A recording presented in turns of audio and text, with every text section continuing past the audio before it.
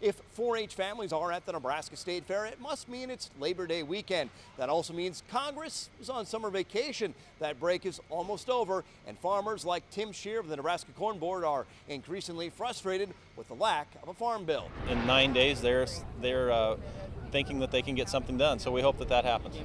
You recently caught up with Congressman Adrian Smith. What were his thoughts as he shared on how quickly something could happen? Well, you know, it comes back to what technically could happen and what probably will happen, but he's very positive and thinks that it's going to be done in September and we won't have to worry about an extension and we can get something passed. But unfortunately, we already saw once that they extended this thing. Do you think there is a possibility that we could go with another extension? There's always a possibility, and I guess, you know, that's not our first choice, but I guess we'll deal with it as we get to it, and we hope we get something done in September.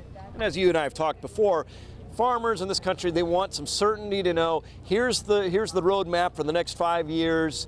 We don't want to be guessing and not sure of where we're going. Exactly. You know, it's important that we have a framework to work on, and I still think one of the biggest parts of having a farm bill is our farm market development and our market access programs.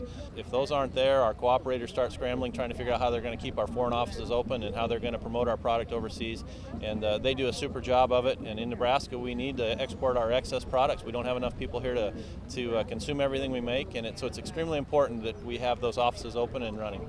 And that's a great problem for us in Nebraska because, you know, means our guys are working efficiently and producing a great crop. We've got irrigation. We do well year after year. And, you know, if we can bring some dollars in by doing some trade deals, that benefits everybody. Exactly. You know, our whole economy in Nebraska is based off agriculture. And so the exports that go out, they bring money back into our farmers' pockets, but they put money back into our economy in general. And that's why it's so important that we get some of these things pushed.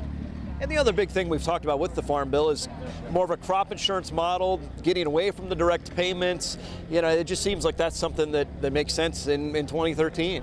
Yeah, crop insurance is kind of a convoluted item because it doesn't necessarily 100% hinge on the Farm Bill, but it is an important aspect of the Farm Bill.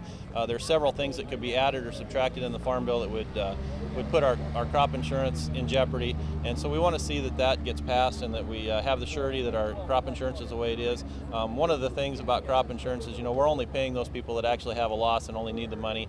We're not worrying about the ad hoc disaster programs like we used to see 10 and 20 years ago.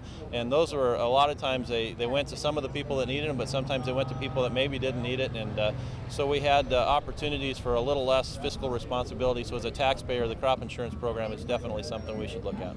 And Tim, we are here at the Nebraska State Fair and connect with consumers, and what a great opportunity that is here, right? Yeah, it really is. It's an opportunity for us, like you said, to talk to the consumers, and you know, we have the display in the expo building this year that kind of gives a little snapshot of what agriculture is all about, and hopefully it's something that's kind of eye-catching, especially to the younger people, and gets them thinking about how they relate to agriculture. And we look at next year, you know, we're going to have a new opportunity and a new building to be in, and some new and exciting things that we're really looking forward to next year, and we'll have a great display then too. You know, they say what, 1 in 3 jobs in Nebraska, but really I think it's 3 out of 3 jobs come back to agriculture in this state. Exactly. You hit the nail on the head there, because I don't care what you do in Nebraska, you're probably going to have your roots somewhere in agriculture through the economy. And so next year, hopefully that'll be kind of a fun and exciting way for people to learn about agriculture and how it ties to them and how it affects their pocketbooks, whether they live on a farm or whether they live in Lincoln or Omaha or wherever else. And I'm sure you guys will be out at Husker Harvest Days in a couple of weeks, always out there talking about your checkoff dollars at work, right? Sure. That's just another way that we can meet with the public and take input from the public. We're always looking for people that pay the checkoff and to give us ideas and what they think is important to them. So that'll be another way for us to get out there and be public. Your checkoff dollars at work. Tim Shear from the Nebraska Corn Board, thanks for being with us. Thanks, Steve. Weather's up next, and later in the show, kids at the fair climb aboard something that could be described as an air-conditioned monster truck. Stay tuned.